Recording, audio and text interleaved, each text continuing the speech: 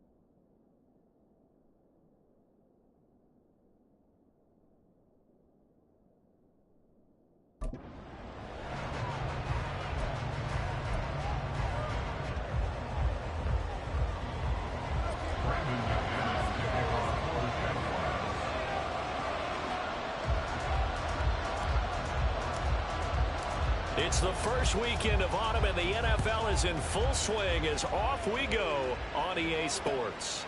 Here's Tank down to return it from his end zone. And only able to get this to the 19, so probably should have opted for the touchback. So here are the Texans now with a fresh face at quarterback, the second overall pick from Ohio State, C.J. Stroud. And you and I both know that any win is a good win, and that's what they did last week. But there's also plenty for him to work on in his game, wasn't there? Yeah. 2 touchdowns, an interception. Yeah, you know, he wants to increase that a little bit in terms of ratio. But first and foremost, they did win the game. Stroud looks to throw on the first play. And his first pass is incomplete. Still very early in the season, obviously, CD, but already key injuries that they've had to deal with. And what's really difficult for a team is to try and maintain their focus when they feel like they've been a little bit snake bitten. It feels like every time they turn around, another injury crops up. How do they manage to hang together, get guys to play a little bit above their heads, and make sure that they're still afloat when their starters make it back? 2nd and 10, Stroud to throw yet again here. Open man is Noah Brown. Stopped at the 24-yard line after a gain of 5. So, Charles, take nothing away from this young man under center, because I know people think he's got a very bright future in this league, but I have to figure the defensive coordinators love the thought of squaring off against a rookie quarterback. And especially if they have guys they can put together a game plan with that's going to confuse, disguise it, make this kid think because in college he's seen a lot of things. Let's not get it wrong here. But at the same time, in the NFL, you can do so much more because of the athletes you have, because of their football IQ. And don't forget, you're going to throw a couple extra rushers at him as well. See if he can handle the pressure when those guys come at him. On the return, here's Agnew. It'll be a 44-yard punt, 6 on the return. And the Jaguars go on offense, first down and 10. Well, the Jaguars ready to go on offense for the first time, and they're led by the former #1 pick in the draft. In his 3rd season now, Charles, Trevor Lawrence. And I saw that he had an interesting quote in the research packet that we had after last week's game. It's all on me now. I've got to lead my team and find a way for us to win a game. 0-2, but they're at home. I guess he's going to try and find a way to get the home crowd involved early.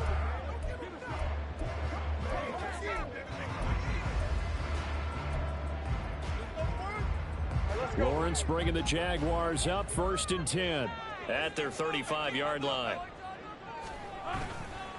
A man coming off an 1,100-yard campaign last year. Here's Travis Etienne. And he'll get up near the 45, a spot at the 44. The numbers on the ground for Etienne last week. There isn't a coach alive who wouldn't like those numbers. Well over 100 yards and a touchdown, too. Partner, I think all the coaches who are in that great coaching box in the sky would take those numbers. So dead or alive? Either way, they would take that kind of production. A run here with Dearness Johnson. And he'll be taken down at the 46-yard line. Only a gain of a yard, but that's all they needed. The Jaguars at 0-2 here to begin the season. And listen, they made their share of mistakes in these first 2 games, CD, but talking with them in the days leading up to this one, doesn't seem like they've lost any confidence. I would agree with that, and what they told us was that they weren't planning on making any drastic changes. They didn't see the need to shake things up. They were going to continue to plow ahead. They felt they had the right guys on the team and in the locker room. But they do have to start winning some games. And he goes across midfield and down into Houston territory. It's a 6-yard gain on the ground, and that'll make it 2nd and 4.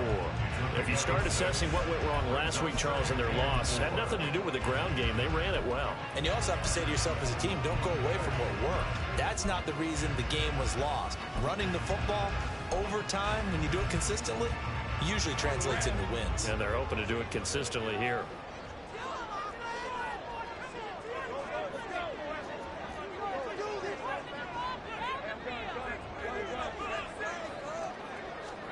And now they'll throw it with Lawrence. And he rifles one incomplete.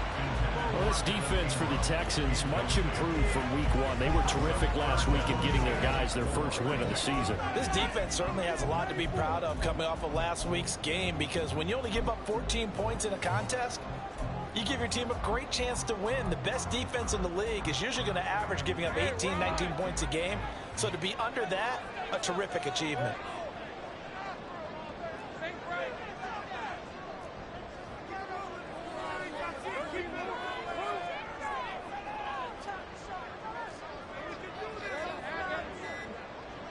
They just do get the playoff as he'll look to throw. He completes it to Evans. And he's brought down short. 2 yards there, needed 4.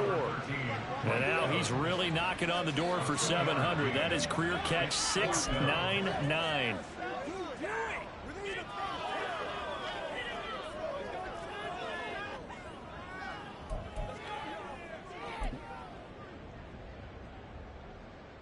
Doug Peterson going to roll the dice here. They will go for it on 4th down.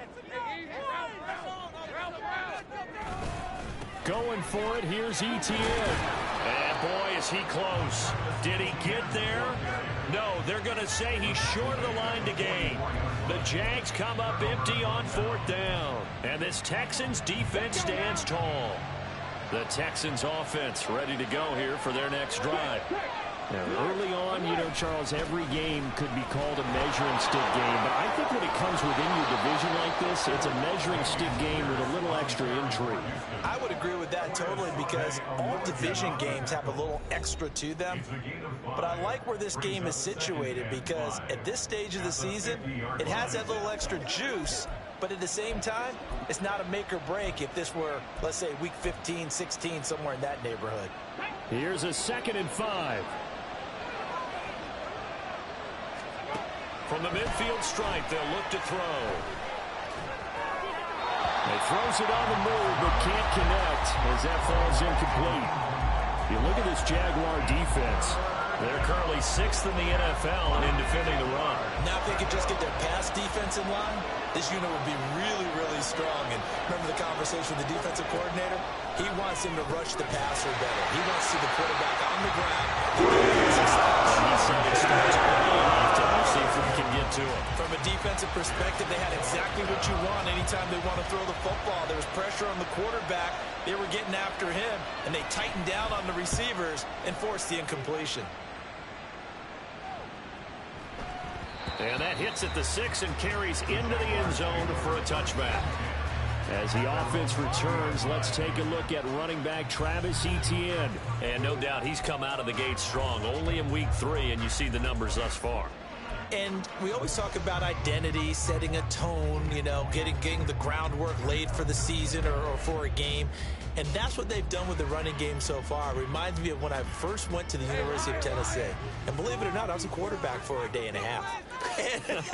And the first practice session, the first play we ran was 28 pitch, which is a toss sweep. And I remember the offense coordinator saying, that's our identity, that's our bread and butter, that's the basis of our offense. We got to get that down right here, right now. And I think we're seeing some of that in this running game here. So did you not get that down, and that's why you were moved to the defense, or what?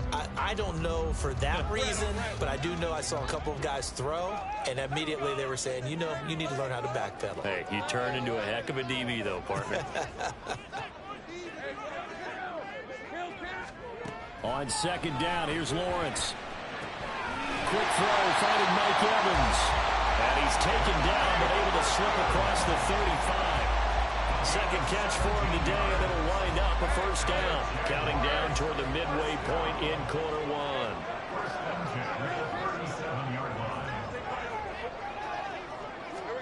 1. And they'll throw on 1st down with Lawrence. Under pressure, and the Texans able to get in there for the sack. Don't need it all back at once, but you figure they're going to need something here. 17 yards to go on 2nd down. Now Lawrence. This is caught by Evans. That's a good bounce-back play right there after taking a sack on 1st down. Didn't quite get it to the marker, but now they're in a much better spot for a 3rd and short yardage call. If you're the offensive coordinator, you'd like looking at that section a heck of a lot better than trying to figure out 3rd and long.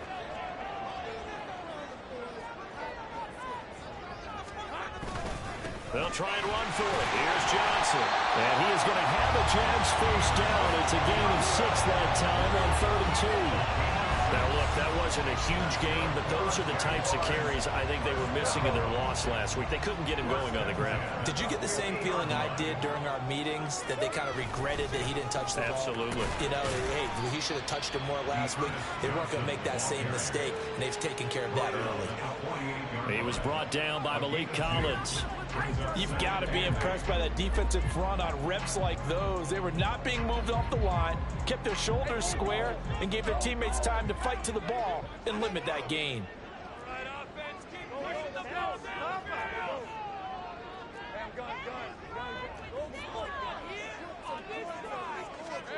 On 2nd down, Lawrence. And this is caught by Evans. You look at the defense for these Texans. And they've shown the ability to play tough against the pass, currently ranked number 9 in the NFL. Yeah, defending the pass hasn't been an issue for them. It's been stopping the run. And if they don't stop the run, they can't get back to their strength, which is guarding against the air attack. This will be the 8th play of the drive here. 3rd and 4.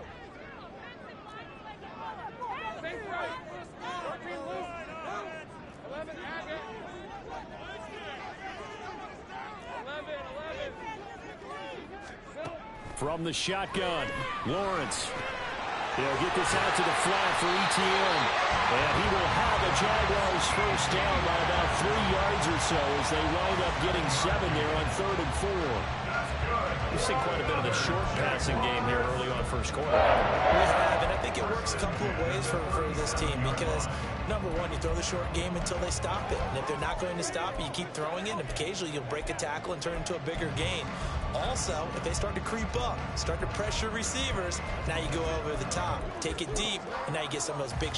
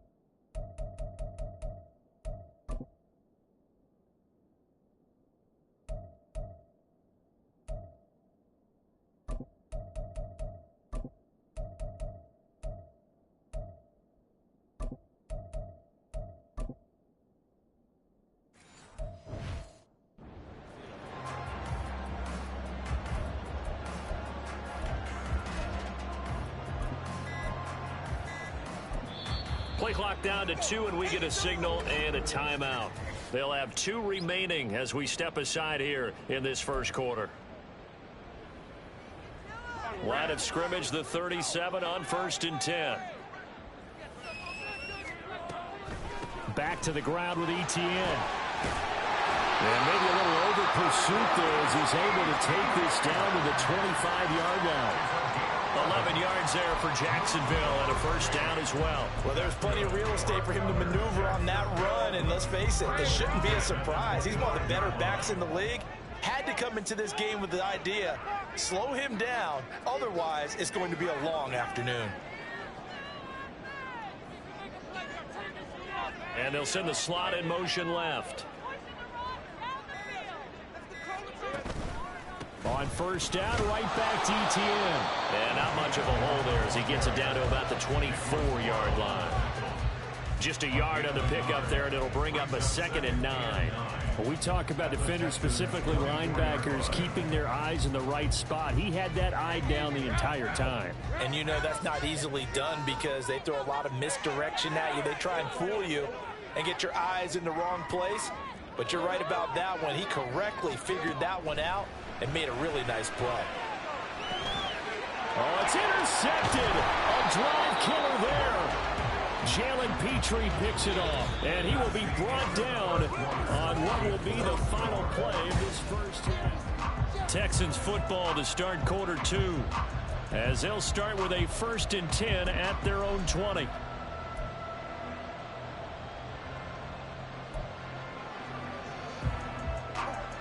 Houston's offense already at the line, set to get going. And, partner, I know so far, we're still in the first half, but you love this game as a defensive guy. 0-0. We'll see if the offense can get going on this drive. But you know how they talk about music to your ears? How about what it does for your eyes when you watch something like this, right, where these teams are locked in and going at it, no points going up on the scoreboard? I'm loving it. You're exactly right. Well, switch over, though, to an offensive mindset for a moment. What do they need to do here to get on track and get some points? I think a couple of ways. Number one, you pull out something that maybe they haven't seen before. Coaches always talk about unscouted looks. Maybe you give them something that they haven't seen on tape, and now you shock them that way. The second, run your basic playbook, but run it so well that you give your skill position guys a chance to make big plays individually. Stroud's throw complete into the hands of Schultz here. The 20. Touchdown, Houston. Dalton Schultz, his first touchdown of the new season. And the Texans post the first points of the ball game as they take the lead here in this second.